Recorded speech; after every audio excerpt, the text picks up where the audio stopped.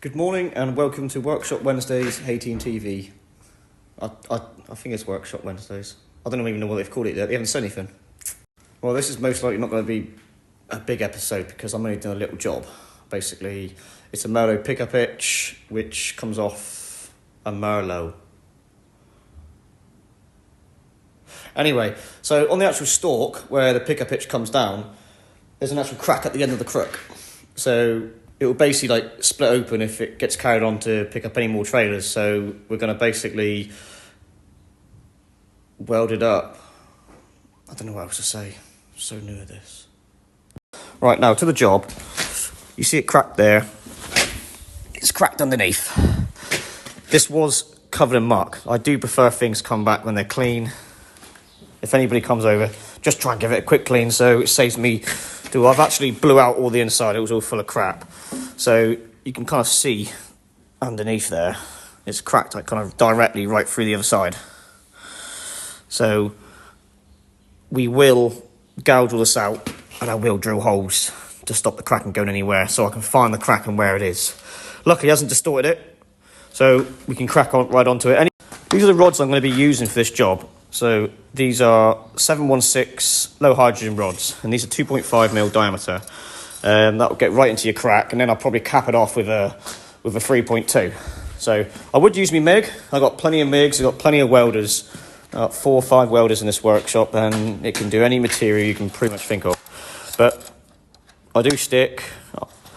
They are, because stick can have plenty of different materials in stick, so you can use basically most metals with it, and it can burn out dirt from underneath. So that's what I'm going to use, a stick welder, and I'll put some videos up in a sec. Right, I have basically punched some little marks into where the cracks is, and I'm going to drill a hole, probably like a 3-4mm hole well, not on that side, but yeah, one's been done there, and another one will be done down there as well, which I'll do in a minute. But I'm just showing to you what I'm actually doing. The reason why we put a hole at the end of the crack is because cracks can't actually get out of a hole very well. So it's funny, look, it never cracks there, but it cracks right on the edge, on the flat. So majority of the cracks occur along flats. So if you're putting like a square, plate on something, the crack always comes from the flat points or the corners. That's how they all occur. But when you put them on rounds, they struggle to crack where they are. So sometimes used to crack underneath, but not anywhere else. So when I used to do tanks and all that in the minings and other big tanks and other sorts of places I've done, cracks always occur from square plates and not round plates. Oval plates are fine. Anything that's got like a curved edge in it, cracks struggle to carry on a curve.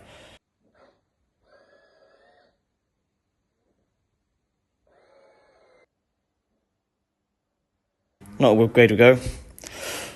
I've only had these a couple of weeks. I was doing a job for Justin's plant, and I thought I'd buy some new drill bits, and I've already broken my 4mm. And remember to check the job beforehand, because inside it's broken because there is an actual kind of solid plate right there, right on the mark. Right, holes are done. 1, 2, and 3.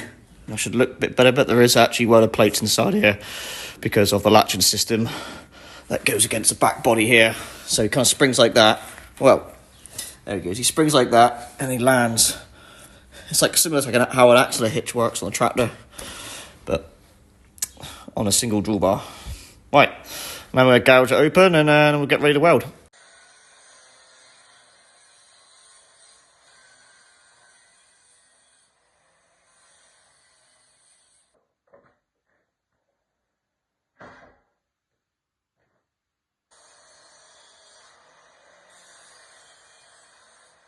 Right, that is all gouged out now, so as you can tell. So if you're going to do repairs like this and you see a crack, don't just put a grinder over it and fluff it over and just put a bead over. Take it out, take it right out, then just get those little 1mm cutting discs and just put it right through, and do your bevel either side. So I've done it all the way around, and make sure you do it up to the crack. So that one there, he's actually cracked right through anyway. So I'll just put the amps a little bit hotter, and that'll blow through, and I'll just warm him up, which will be no problem. So we can now get in the process of putting that back together. So out of the welders we're going to choose, that one's definitely not, because that one's a heavy processing welder, so that does very fit. It's 350 amps, so you could do up to like 2-inch plate quite happily, no problem at all. That one there, that I could use that for stick. I used to do a lot of pipe welding with that one, many miles worth of pipe welding with that one, but I use them up here for the TIG and stick, mainly for the TIG. This is the badass one, which I thoroughly enjoy using, the Rebel or ESAB Rebel AC/DC, and not the Rock Band, just that's what they call it, because it's an actual current coming out to do aluminium. That's why you need an AC power source.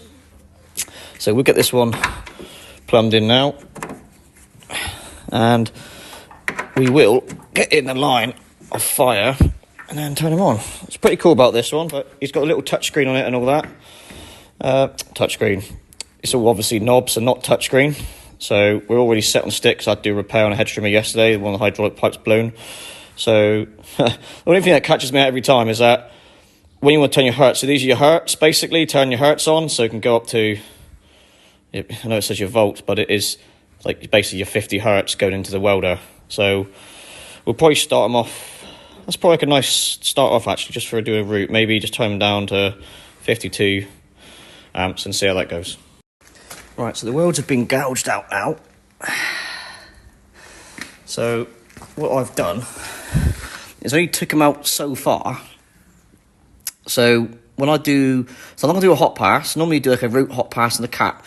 So I've just done to do a root and a cap. So I'm going to take the cap in just past the toes of the weld. So your toes are where your last point of the weld is. So what you want to do is just get rid of all the dirt. That's just a bit of metal. So now that's all gone. That's penetrated through quite nicely as well, all the way through. Can't quite tell, but I put my torch on, you'd see it. So you can see the slags come through right underneath. So the slag is what is the gas shielding once it's been burnt. That's a flux around the rod, and it's called slag, not a slag. So now we'll just do the hot pass, the cap in, and then we'll get going again. Right, now that is all welded, so it's nice that you got a nice big bulgy bit there, so it's nice going bulbous, which you really want, because then that takes it down flat, before the material. So that's what you want. So he has actually welded it very well. It's a shame you've got to kind of grind out these lovely welds. This is all positionally, a bit of spatter there, but that's coming off anyway. But that's all been, I prefer to weld positional sometimes. So it's not even like, there's no contamination in that whatsoever. What I did a minute ago, on the top on the other side, I used a rod, a 60-13 rod. Because on low hydrogen rods, when they start up, you need to kind of put them in an oven, really, for like 12 hours or probably 4 hours at 250 degrees, because they create contamination on the start of the weld. You see little bubbles. So what I do is you see in the start of it, I start at the top, and I go down quickly because I burn it at 100 amps. So you've got 100 amps coming out on that rod straight away. So I go down quickly, burn off any little oxidization that's on the end of the rod.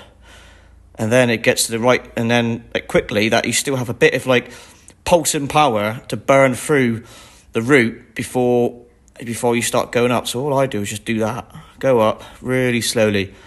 And you see it forming, because low hydrogen rods, 7016s, they have a very glass slag, and it moves out the way, so you can see your weld quite well. But now we've got to grind this back down now, because obviously it's got to go up and through these and up through the guides. So, and then that's pretty much job near enough done. Okay, that is the job done, and I've die grinded out the slot hole, which is all to do with this sprung drawback for the actual boom slide itself. That slides in there. So yeah, no problems at all. No bits of contamination where the weld was. It's taken back now to the flush sides, obviously, so it's going to travel back and forth up the boom on the sliders. yeah, you couldn't get it much. It was a bit destroyed around here anyway. Obviously, we've been cracking and kind of elongated a bit more, but we got them back to a working state. So that is harpy doody duddy duddy. Okay, so that's a motor hitch done now for the neighbouring farmer. So that will get him all back up and going. But if you want to see more content of this kind of stuff, I do get a lot more bigger jobs, but it's nice fitting in this little jobs, you know, nice getting a little job now and then. But if you want to see more content of, like, you know, a different lifestyle I do as well, the farming, which I absolutely love, but sometimes you can't make ends meet. So hence, when I was employed, I started off my own engineering side, just working my way up the levels to get where I really want to, but it's going to take a little while. Workshops in progress at the moment, just waiting for to be on black and white paper so we can get ready to do what we want to do. And also, you know, still fit in the farming, which I love and doing, and it kind of keeps my own sanity. So, as much as I'm saying all the time to think what to say, like and subscribe, put a thumbs up. We are also on, I'm about to say Netflix then, but we're not on Netflix. It'd be cool if we were on Netflix. Be like a Caden Cooper then, wouldn't we? A version. But we're on Instagram, Snapchat, and Twitter. Facebook? On Twitter? I don't think we're on Twitter. I don't know. Actually, I have no idea. I've never really asked much about the channel. But leave a comment below, and we'll chat to you again. Cheers.